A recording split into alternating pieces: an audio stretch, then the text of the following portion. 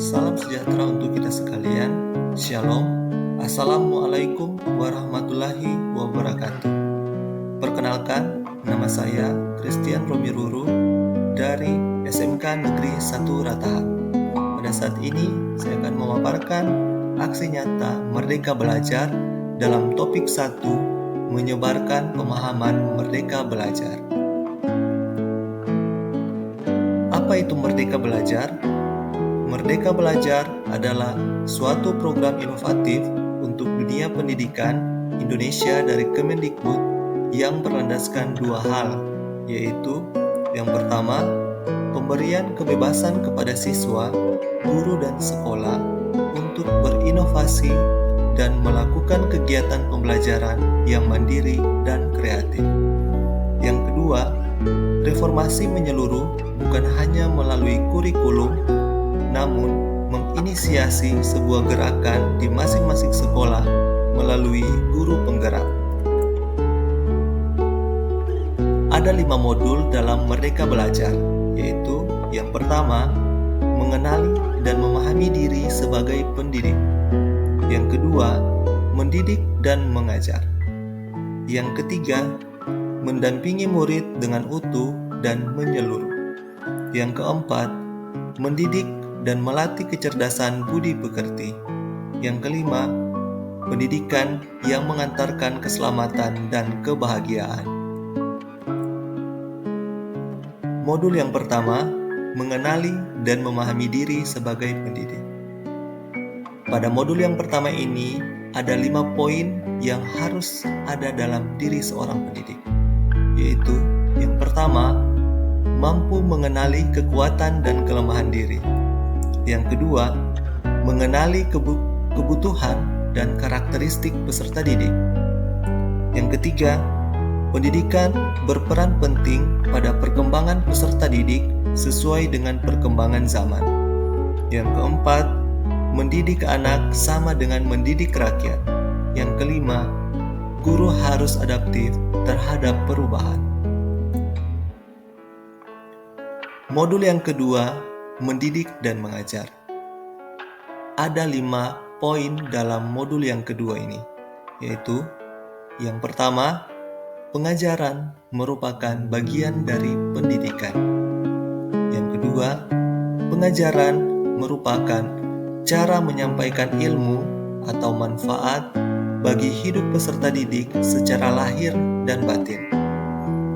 Yang ketiga, mendidik adalah menuntun segala kodrat yang ada pada peserta didik sehingga dapat mencapai keselamatan dan kebahagiaan setinggi-tingginya. Poin yang keempat, pendidikan tidak sekedar memberikan pengetahuan, namun juga mendidik keterampilan berpikir dan mengembangkan kecerdasan batin peserta didik. Yang kelima, sistem AMON menurut Ki Hajar Dewantara, yaitu Ing Narso Suntolodo, Ing Madio Mangunkarso, Tutwuri Handayani. Ing Narso Suntolodo, yaitu seorang guru haruslah berkomitmen menjadi seorang teladan. Ia harus memberikan contoh yang baik.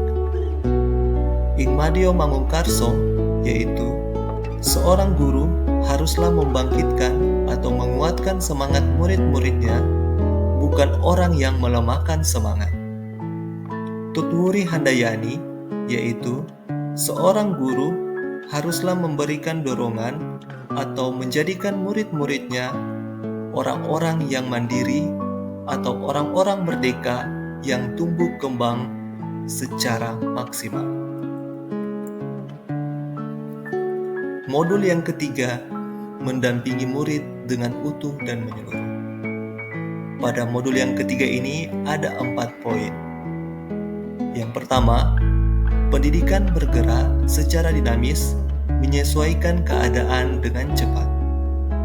Yang kedua, setiap peserta didik terlahir dengan kodrat alamnya masing-masing. Yang ketiga, perubahan tidak bisa dihindari, sehingga cara mendidik dan mengajar perlu disesuaikan dengan perkembangan zaman. Poin poin yang keempat, guru dapat merancang pembelajaran yang berkelanjutan, terbuka berdasarkan kebudayaan bangsa. Hal ini sesuai dengan asas Trikon yang dikemukakan Ki Hajar Dewantara, yaitu kontinu, konvergen, konsentris. Asas Trikon diyakini mampu menghadapi derasnya arus perubahan kodrat zaman seperti abad ke-21 secara global. Pendidikan saat ini ditekankan untuk menuntun anak memiliki keterampilan abad ke-21, yaitu berpikir kritis dan solutif, kreatif dan inovatif, serta mampu berkomunikasi dan berkolaborasi. Modul yang keempat, mendidik dan melatih kecerdasan budi pekerti. Ada 4 poin dalam modul yang keempat, yaitu yang pertama, budi pekerti merupakan hasil bersatunya gerak pikiran, perasaan, dan kehendak sehingga menimbulkan suatu tenaga. Yang kedua, budi pekerti juga merupakan perpaduan cipta, rasa, dan karsa. Poin yang ketiga, budi pekerti peserta didik tidak hanya dibentuk di lingkungan sekolah saja, tapi juga terbentuk dari lingkungan keluarga dan masyarakat. Poin yang keempat, kodrat anak diibaratkan kertas yang sudah terisi penuh, yang terisi berbagai macam coretan dan tulisan. Sehingga tugas pendidik adalah menebalkan dan memperjelas arti dari coretan dan tulisan tersebut. Modul yang kelima yaitu pendidikan yang mengantarkan keselamatan dan kebahagiaan. Pada modul yang kelima ini ada 3 poin. Yang pertama, sebagai seorang guru tidak hanya mengajarkan ilmu pengetahuan saja, tetapi guru harus mampu membimbing dan memantau peserta didik untuk mencapai pemahaman yang bermakna. Poin yang kedua, perspektif guru tidak selalu sama dengan perspektif peserta didik. Poin yang ketiga, fungsi pendidikan adalah mengantarkan peserta didik agar siap hidup dan mampu mengisi zamannya. Setelah menyimak paparan materi ini, apa yang bisa kita lakukan? Dari paparan yang disampaikan sebelumnya, saya pikir ternyata langkah kecil yang akan saya lakukan setelah ini adalah mohon pada Bapak Ibu guru bisa menuliskan umpan balik terhadap materi di video ini melalui kolom komentar atau melalui link yang ada di deskripsi. Sekian dari pemaparan saya ucapkan terima kasih.